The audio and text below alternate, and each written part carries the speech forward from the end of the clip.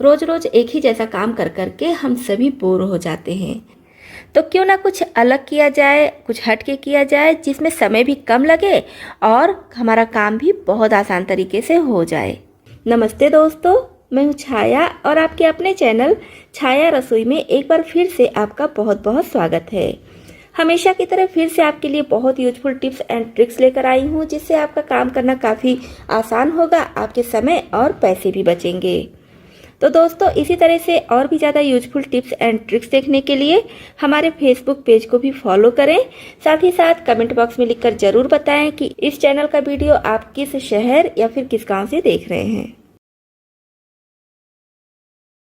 किसी किसी रेसिपी में हमें हरी मिर्च तो डालनी होती है स्वाद के लिए, लेकिन तीखापन नहीं चाहिए होता है या फिर तीखापन बहुत कम चाहिए होता है। तो हम हरी मिर्च को क्या करते हैं, बीज से कट करते हैं और इसके सारे बीज को निकाल देते हैं। तो आज मैं बहुत आसान तरीका बता रही हूँ जिससे हरी मिर्च का बीज बहुत आसानी से निकल जाएगा। तो क्या कीजिए, हरी मिर्च की डंडी को तोड़ लीजिए और हथेली पर इस तरह से 2-3 जितनी हरी मिर्च का बीज आपको निकालना है ले लीजिए और इसको इस तरह से रब कीजिए। इस तरह से करने से क्या है, इसमें जो बीज होती है वो लूज पड़ जाती है, तो बहुत आसानी से बीज निकल जाती है। तो आप इसका यूज जिस भी रेसिपी में करना हो कर लीजिए, बीज को हटा दीजिए। तो आप जो भी चीज़ें बनाएंगे उसमें मिर्ची का फ्लेवर आ जाएगा, लेकिन तीखा नहीं रहेगा। तो हरी मिर्च से बीज निकालने का बहुत ही आसान तरीका है।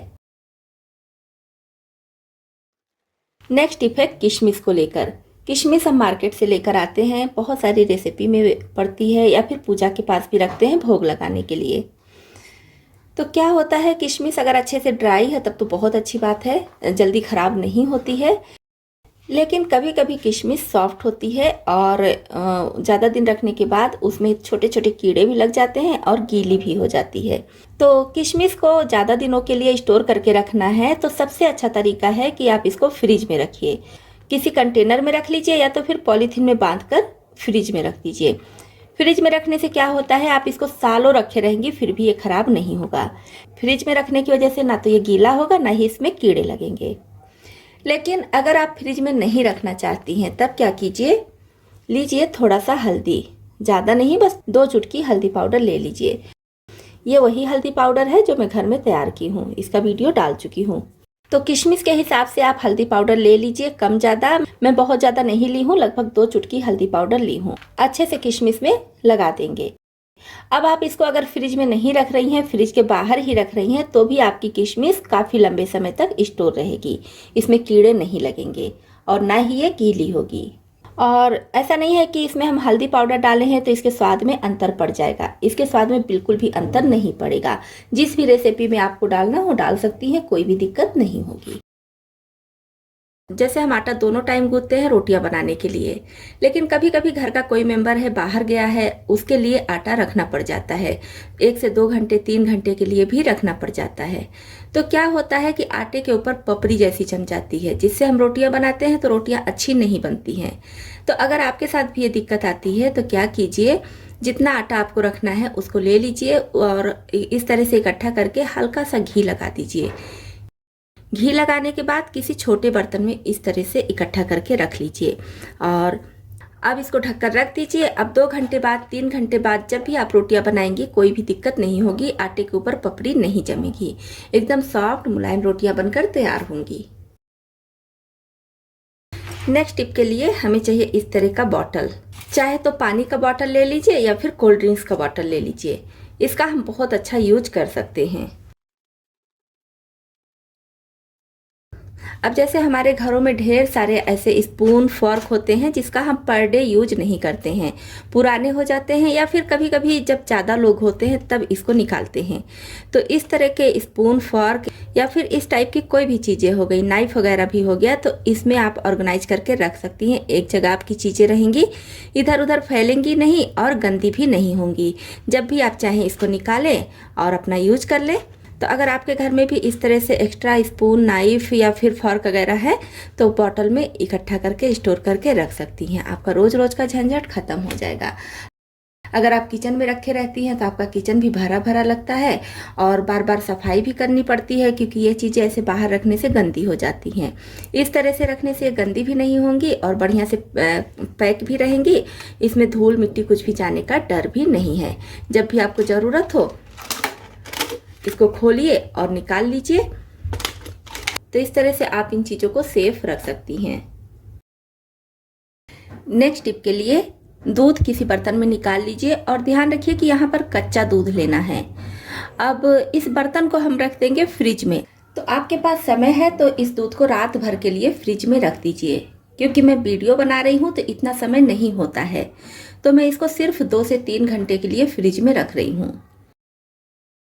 तो करीब 2 घंटा हुआ है। 2 घंटे के बाद मैं इसको फ्रिज से बाहर निकाल रही हूँ। अब क्या करेंगे, अब इसके ऊपर जो भी मलाई है संभाल कर इस तरह से बाहर निकालेंगे।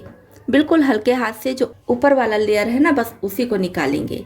और मैं इसको सिर्फ 2 घंटे के लिए रखी हूँ, इसलिए लेयर थोड़ा कम पड़ा है। लेकिन अगर आप रात भर के लिए रख देंगी तो ये लेयर काफ़ी मोटा हो जाता है। ये देखिए, तो ये जो है ये दूध नहीं है, ये है हमारी क्रीम, फ्रेश क्रीम जो हम मार्केट से लेकर आते हैं किसी रेसिपी में डालने के लिए, वही क्रीम है। तो अगर आप घर में फ्रेश क्रीम बनाना चाहती हैं तो इस तरह से दूध को पहले खूब अच्छी तरह से ठंडा कर लीजिए, यानी कि रात भर के लिए फ्रिज में रख दीजिए और उसके बाद ऊपर का लेयर निकाल लीजिए। फिर आपको फ्रेश क्रीम मिल जाएगा। तो इमरजेंसी में कभी आपके पास फ्रेश क्रीम नहीं है, आपको ज़रूरत है, तो इस टिप को अपना सकती हैं। और बाकी दूध को नॉर्मल आप जैसे गर्म करती हैं यूज कर लीजिए। फ्रेश क्रीम को आप फ्रेश क्रीम की जगह पर यूज कर सकती हैं। नेक्स्ट टिप है हमारी नेल कटर को लेकर। ये नेल कटर काफ़ी पुराना है और ये थोड़ा सा ख़राब हो चुका है। इससे नेल बहुत अच्छे से कट नहीं होता है, तो इसको हम फेंकेंगे नहीं, इसका बहुत अच्छा यूज कर सकते हैं। तो अगर आपके पास भी कोई पुराना नेल कटर है या फिर नया ही है, ये नया है, इससे बहुत अच्छे से कट होता है, लेकिन इससे अच्छे से नेल नहीं कट होता है। तो अगर आपके पास भी कोई पुराना नेल कटर है तो आप उसको ले लीजिए और इस तरह से इसके आगे ये जो दबा कर निकालने वाला है इसको निकाल लीजिए, या तो इसी में लगे रहने दीजिए, कोई दिक्कत नहीं है। लेकिन मैं यहाँ पर निकाल कर दिखाऊंगी। तो इससे हम बनाएंगे बहुत अच्छा टूल जो मार्केट में काफ़ी महंगा मिलता है। तो इस तरह से आप चाहे तो निकाल लीजिए और चाहे तो इसी में लगे रहने दीजिए। अब इस तरह का जाला झाड़ने वाला हम सभी के घरों में होता है और इसका ये जो तार होता है ये काफ़ी पतला होता है। एक आता है जिसका तार थोड़ा मोटा होता है और एक आता है जिसका तार एकदम पतला होता है। तो ये वाला देखिए काफ़ी पतला है और ये तार प्लास्टिक का होता है, काफ़ी हार्ड होता है, जल्दी टूटता नहीं है, लेकिन एकदम पतला होता है। अगर इसको अलग अलग कर दीजिए तो बहुत ध्यान से देखिए तभी दिखेगा। तो इसमें से हम एक तार कट कर लेंगे। बस ये देखिए, सिर्फ एक तार की हमें ज़रूरत है। तो ये देखिए कितना पतला है। बस आपको ध्यान रखना है कि जो मोटा तार होता है उसको नहीं लेना है, यहाँ पर पतले तार का जो जाला झाड़ने वाला होता है वही लेना है। अब इस तार को ऐसे हम फोल्ड कर लेंगे और ये जो नेल कटर में से निकाले हैं इसके कोने पर किनारी पर ऐसे करके हम इस तार को रखेंगे। अब लेंगे सेलो टेप, सेलो टेप से इसको अच्छे से चिपका देंगे। ये देखिए इसको बढ़िया से चिपका देंगे। एक टुकड़ा मैं और ले रही हूँ जिससे कि अच्छे से मजबूत चिपक जाए। तो इस तरह से ये तार इस पर चिपक चुका है।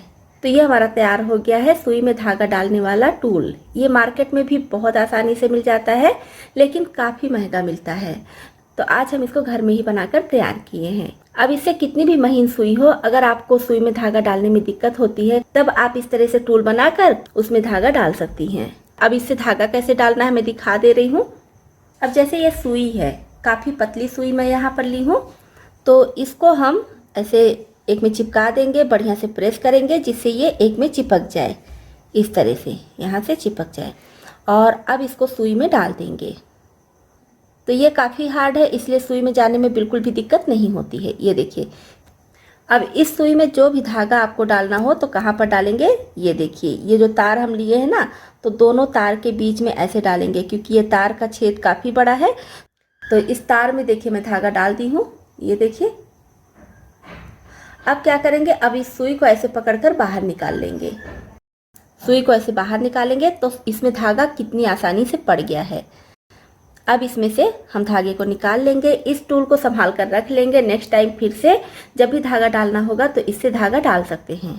बस एक नेल कटर की सहायता से और जाला झाड़ने वाले तार की सहायता से कितनी आसानी से पतली सुई में धागा पड़ गया है।